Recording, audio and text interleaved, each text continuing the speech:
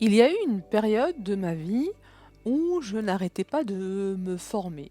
Je me formais sur des certifications, sur des thématiques, sur des modules.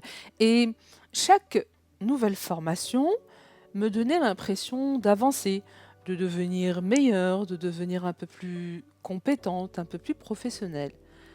Mais un jour, je me suis rendu compte et surtout j'ai réalisé une chose essentielle, eh bien, c'est que je consommais trop de formation au lieu de la vivre. Bienvenue dans mon univers, la voix de la formatrice. Je suis Bouchra et aujourd'hui, on va parler d'un sujet qui pique un peu. Alors, pourquoi se former sans appliquer? Ce n'est pas progresser. À cette période, pour revenir sur mon expérience, je vais vous faire une petite comparaison, une petite métaphore.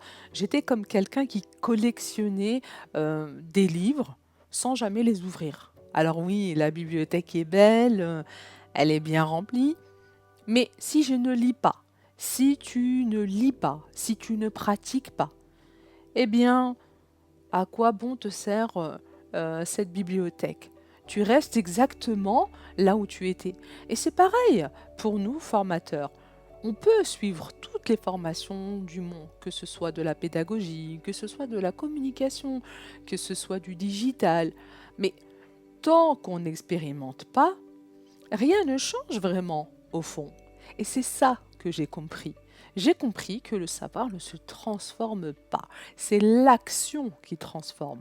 Le formateur professionnel, c'est celui qui va prendre une idée, qui va la tester, qui, qui va observer ce que ça donne et qui va réajuster, ajuster jusqu'à ce que ça marche. Et c'est ça, progresser. Ce n'est pas accumuler, mais bien ancrer le savoir par l'action. Alors, aujourd'hui, moi, je te pose une question. Est-ce que tu te formes pour te rassurer ou tu te formes pour te transformer? Parce qu'au fond, la formation, c'est comme une graine. Elle ne sert à rien tant qu'elle reste dans le sachet. Et c'est quand tu la plantes, que tu l'arroses, que tu la fais pousser, que la vraie progression commence. Si ce message t'a parlé, abonne-toi et partage-le à un formateur qui en a besoin. C'était la voix de la formatrice. Bouchera ta bonne nouvelle.